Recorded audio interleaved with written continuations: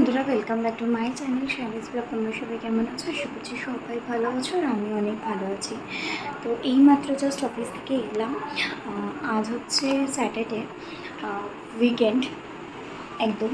তো কাল সানডেতে একটু বেরোনোর আছে। কোথায় বেরোচ্ছি অবশ্যই তোমাদের কালকে আপডেট দেবো। তার আগে হচ্ছে কালকের যে কাজগুলো থাকে, মানে ঘরটার পুরো ক্লিন করা, বেডশিটসগুলো চেঞ্জ করা, সমস্ত কিছুই আজকে কমপ্লিট করে নেব। তাই ভাবলাম যে আমি আমার রুমটাকে কীভাবে ডেকোরেট করি আর যাবতীয় টুকটাক যা কাজ সেগুলোই তোমাদের সাথে শেয়ার করবো। তো যাই হোক, চলো আপাতত দেখতে থাকো। তো এখানে হচ্ছে ঘরে ঢুকে প্রথমে জানলাগুলো খুলে নিলাম, যেহেতু প্রচুর গরম। তারপরে পেয়ে গেছিলো খিদে, তাই একটু ঘুগনি মুড়ি মাখিয়ে সেটা আমি আর বর খেয়ে দিয়ে এদিকে হচ্ছে বালিশের কভারগুলোকে চেঞ্জ করে নিলাম।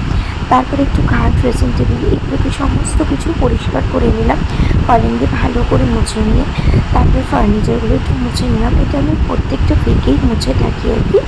তারপরে এদিকে চাদরটাকে সুন্দর করে পেতে নিলাম, নিয়ে তারপরে কিছু জামা কাপড় ছিল সেগুলোকে ভাঁজ করে নিয়ে আমার ঘরের কাজ কমপ্লিট।